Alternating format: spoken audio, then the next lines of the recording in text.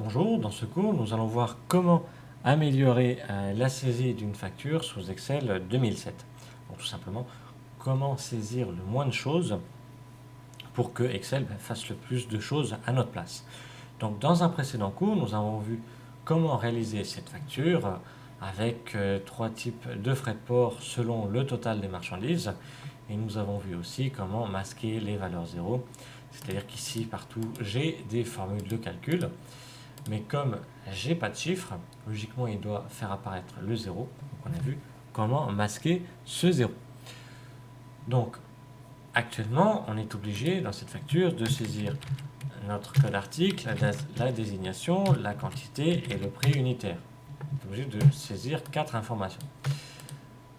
Nous allons voir comment saisir maintenant que 2 informations, c'est-à-dire qu'on va devoir saisir que le code article et la quantité. La désignation et le prix unitaire sera complété automatiquement par Excel. Alors pour cela, on va déjà au préalable saisir notre catalogue d'articles dans la feuille numéro 2, ici, en cliquant dessus. Donc là, j'ai mon catalogue, donc avec 3 colonnes, code article, désignation, prix unitaire. Alors très important, mettre le code article dans la première colonne, étant donné qu'on va utiliser une fonction de recherche qui lui va automatiquement faire une recherche dans la première colonne. Donc 3 colonnes, code article, désignation, prix unitaire avec code article automatiquement dans la colonne A. Donc on revient sur feuille 1 et on va se placer dans désignation et c'est là-dedans dans cette cellule qu'on va mettre la formule. Donc c'est une formule de recherche. On va aller dans le menu formule. Ici, j'ai plusieurs catégories de formules, dont celle-ci, recherche et référence. Donc on va cliquer dessus, une liste de formules apparaît, et on va choisir la formule recherche V. Petite fenêtre apparaît, et il nous demande la valeur recherchée. La valeur recherchée, ça va être le code article. Il devra rechercher le code article dans notre catalogue et recopier la désignation.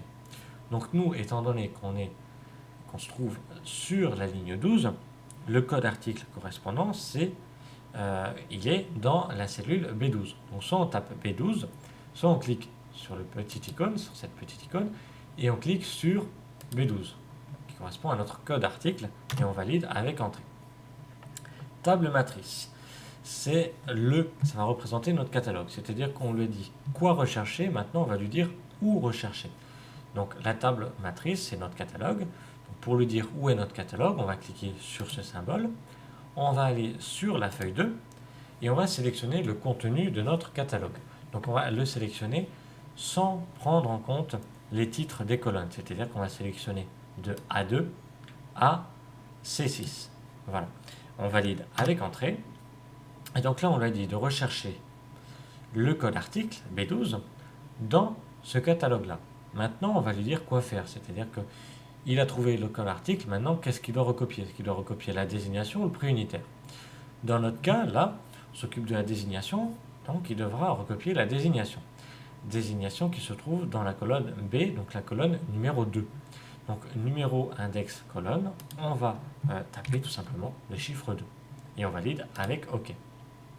Alors, on voit bien qu'il y a bien notre formule, mais on a une petite erreur, dièse n/a, c'est-à-dire que tout simplement, il ne trouve pas le code article actuel, puisque là, on a 0. Et 0, il n'y a pas de code article 0.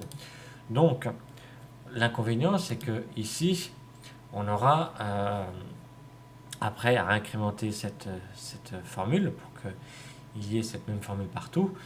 Et comme dans une facture, eh bien, toutes les lignes ne sont pas forcément remplies, si on imprime, après, on aura cette erreur-là qui va s'afficher. Donc on va lui dire de ne pas l'afficher, de ne pas faire de recherche s'il n'y a pas de code article. Donc pour cela, on va inclure ici, entre le égal et recherche V, une formule ci. Donc pour ceux qui veulent comprendre la formule ci, je vous conseille de voir le cours précédent concernant la réalisation de cette facture. Donc je ne vais pas revenir sur les explications d'une formule ci. Donc, égal. Donc si, j'ouvre la parenthèse, si le code article est égal à 0, alors il devra marquer rien dans désignation. Donc rien, ça correspond à des guillemets, donc ouvrir et fermer les guillemets. Et sinon, donc, point virgule, sinon, il devra faire la recherche. Donc, on ferme et on valide. Voilà, donc ici, j'ai bien, si le code article est égal à 0, alors il marque rien, sinon, il fait la recherche. Donc, maintenant, on fait une incrémentation pour les autres lignes, étant donné que c'est la même formule. Ici, on va corriger les bordures, donc dans accueil, autre bordure. Donc, au milieu, je veux ce type de bordure, et en bas, je veux ce type de bordure. Voilà. Donc, on va faire le même principe pour le prix unitaire. Donc, je me place sur la première ligne, je reviens dans formule, recherche et référence, et je choisis recherche V. Valeur à rechercher, c'est toujours le code article. C'est qu'à un code article correspond une désignation et un prix. Donc, code article, c'est B12. La table matrice, c'est toujours notre catalogue. Donc, un clic sur l'icône, on revient sur la feuille, on resélectionne notre catalogue, donc de A2 à C6, on valide avec entrée. Et ce coup-ci, quand on est dans prix unitaire, on veut qu'il recopie le prix unitaire du catalogue. Le prix unitaire du catalogue se trouve dans la colonne numéro 3. Donc ici, numéro index colonne, on tape 3. On valide avec OK. Pareil, on a NA. Donc, ce qui est un inconvénient, parce qu'après, on a des erreurs partout. Donc, on va faire le même principe. On va lui dire que s'il n'y a pas de code article, eh bien, il n'y a pas de prix unitaire. Donc, on rajoute notre formule. Si, on ouvre la parenthèse, le code article, si le code article est égal à 0, alors il ne devra rien marquer. Donc, je fais exactement pareil que pour désignation. Mais on va voir que cette formule-là que je suis en train d'écrire contient une erreur. Donc, on va voir pourquoi. Donc, si le code article est égal à 0, alors il ne devra rien mettre. Donc, il ne devra rien mettre dans prix unitaire. Sinon, il devra faire la recherche. On peut fermer la parenthèse et valider. Ici, on a bien plus de prix unitaire puisqu'on n'a pas de code article. Cependant, ici, on a valeur. Simplement, ici, dans Total, souvenez-vous, on l'avait dit de faire la multiplication entre la quantité et le prix unitaire. Donc,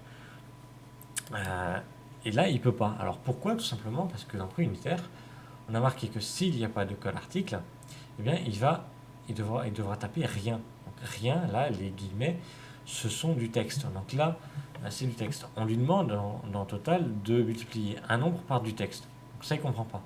Donc ici, il va y avoir une petite différence avec désignation. Si le code article est égal à 0, alors le prix unitaire sera de 0. Voilà, tout simplement. Et on valide avec entrée. Et là, on n'a plus ce problème-là. Donc on peut faire une incrémentation. Pareil, remodifier nos bordures. Un trait simple ici, un trait plus épais en bas. Et puis on va saisir des codes articles pour tester. Donc on va taper par exemple un écran, donc 3586. C'est bien ça, 3586, oui. Hop, 3586, on valide. J'ai bien l'écran et son prix unitaire de 135. Vous voyez, pour l'ordinateur, 9745. 9745, j'ai bien l'ordinateur à 684 €, c'est le cas. Donc j'ai plus qu'à choisir la quantité ici, et puis il me calcule tout le reste avec bien sûr le frais de port gratuit. Éventuellement, ça dépend du total des marchandises. Voilà, si vous avez d'autres questions, n'hésitez pas à me contacter via le site www.patrick-informatique.com.